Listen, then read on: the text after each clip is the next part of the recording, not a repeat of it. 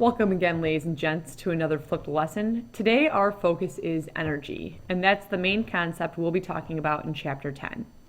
There's two things I'm hoping you get out of this video today. The first one is that you have a general understanding of what energy is, and the second one is that we can talk about the relationship and calculations associated with temperature and heat. So let's get started. The first thing we want to do is we want to have a general working knowledge of what energy actually means. So your textbook defines energy as the ability to do work or produce heat. Now in chemistry, we focus on this heat idea. So that's going to be the one thing we really kind of center in on in this chapter is what's happening with heat, when are we making heat, and where's it going. Physics deals with this whole work aspect. But the true definition of energy is the ability to do work or produce heat. And in chemistry, we just like to focus on the heat part. And we call that, as a chemist, thermodynamics. Now the cool thing about the vocab word thermodynamics is it's basically broken down into two parts. Thermo, meaning heat, and dynamic, meaning changes.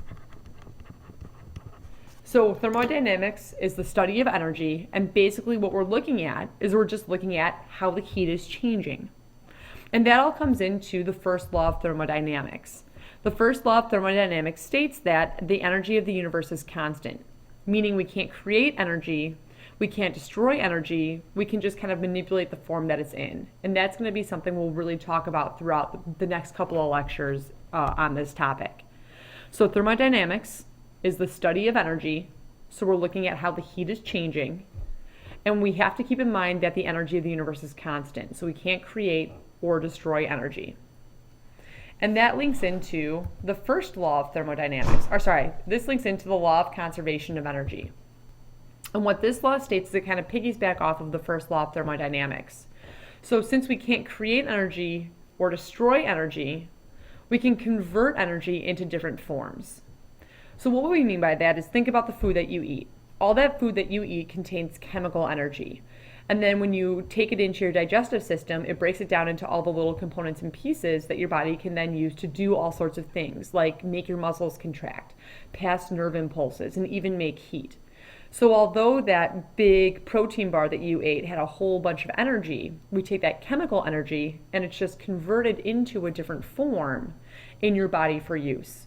So we're not making energy in our body, we're not destroying energy in our body, we're just kind of manipulating the form that it's in. So this comes down to the idea that the energy of the universe is constant.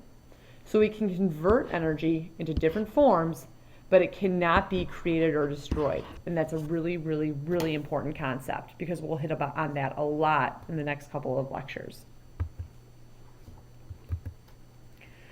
So within thermodynamics, what we have to do is we have to have an idea of how we actually calculate energy.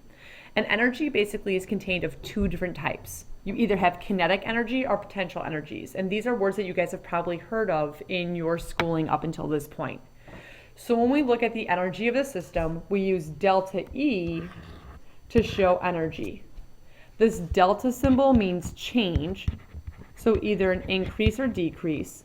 And then the big E means energy. So the energy change is going to be based on what's happening with your kinetic energy and your potential energy. So you guys probably remember that kinetic energy is energy of movement and potential energy is energy due to position. We're going to go ahead and expand on those vocab words just a little bit more. So when we look at potential energy, we not only want to think about energy due to position, we also want to think of this new word here that's called composition. So potential energy is going to be energy due to position or composition. So an example of energy due to position would be like height. So if I am skiing on a mountain, I'm at the top of the mountain. So I have a lot of potential energy at the top. Where if I ski down and I kind of hang out by the bottom, I've lowered my potential energy once I reach the bottom because I'm at a lower position. In chemistry, we really don't focus on position too much. What we focus more on is composition. And in composition, we're referring to chemical bonds.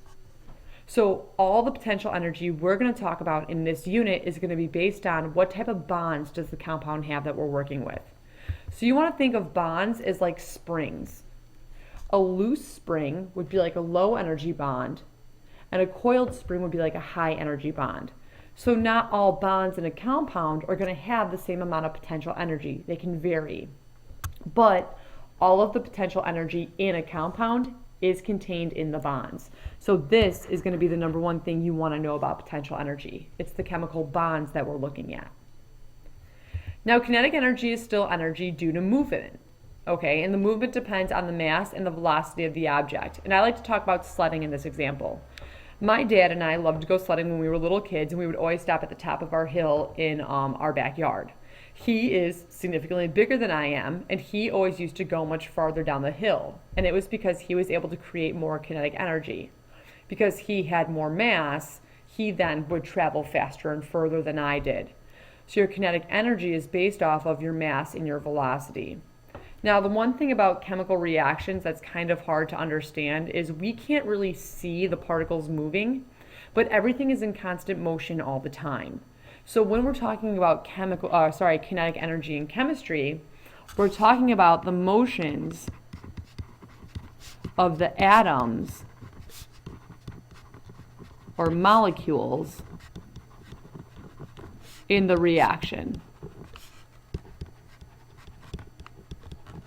So what you kind of need to get in your head conceptually is that when we put things into a beaker to react, those particles are moving constantly and running into each other and colliding, and that's what makes the reactions occur. So the kinetic energy in a chemical reaction is due to all those collisions between the pieces in the beaker, and the potential energy comes from what the chemical bonds are, whether they're a tightly coiled spring or a loosely coiled spring. Now, I like to use this example too to give you an idea of potential versus kinetic energy, because we know kinetic energy is going to be energy of movement. So if we're trying to bike up a hill, as we're going up the hill, we're going to go ahead and we're going to add energy in. So to any system, whether it's a chemical reaction or a real life example, you can add energy, which I'm going to show by a big E, to a substance to increase the potential energy. And so what we're doing here, since we're adding energy, and that's going to have to come from some sort of outside source, so maybe a Bunsen burner or maybe a match or maybe a hot plate, we're taking that energy and we're putting it in, and that's increasing our position, that's increasing our potential energy. So we can increase our potential energy by adding energy to the system. Now on the opposite side, we can take that higher potential energy and it can leave. So just like you can add energy to a system, energy can also be released